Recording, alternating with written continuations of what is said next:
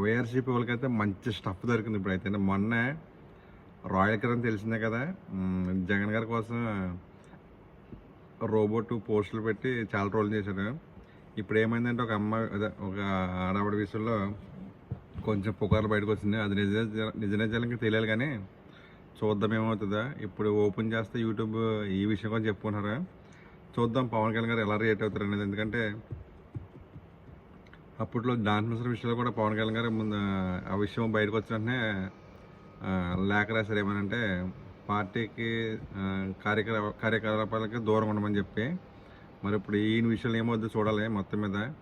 అది ఏది ఏమైనా సరే ఇలాంటి టైంలో మనవాడికి చాలా మైనస్. ఎందుకంటే ఇప్పుడు మంచి మూమెంట్లో వెళ్తున్నాడా, నిజంగానే మంచి మూమెంట్లో వెళ్తున్నాడా. అలాంటి టైంలో ఒకే ఒక దెబ్బ వేసారనమాట. మరి ఎలా వచ్చారో వీడియోస్ ఎలా బయట తెచ్చారో ఆవిడ ఎక్కడి నుంచి తెచ్చారో మొత్తం తెలియదు కానీ ఒకే ఒక దెబ్బతో మనవాడిని మొత్తం కుదాల పడిపోరు. నిజంగా కుదాల పడిపోయాడు మనవాడు. ఇంకా అసలు మనవాడు మరి ఇప్పుడు కోలుకోవడం కానీ నాకు తెలిసి అలా ఉందే ఎవరు. ఎందుకంటే ఆడల విషయం ఎలా ఉందంటే ఇప్పుడు తప్పు ఒప్పులు తర్వాత విషయం తర్వాత మగవాడిని బొక్కలు వేస్తున్నారు కాబట్టి చూద్దాం పవన్ కళ్యాణ్ గారు ఎలా రియాక్ట్ అవుతారు అనేది. ఎందుకంటే నాకు తెలిసి బహిరంగ లేఖ రాయొచ్చు పార్టీ కార్యక్రమం దూరంగా ఉండమని చెప్పి. అంతర్గతంగా సపోర్ట్ ఉండొచ్చు కానీ మామూలుగా ఓపెన్గా అయితే ఆయన స్టేట్మెంట్ చేస్తారు నాకు తెలిసి. పవన్ కళ్యాణ్ ఎలాంటి అసలు ఒప్పుకోరు నాకు తెలిసి.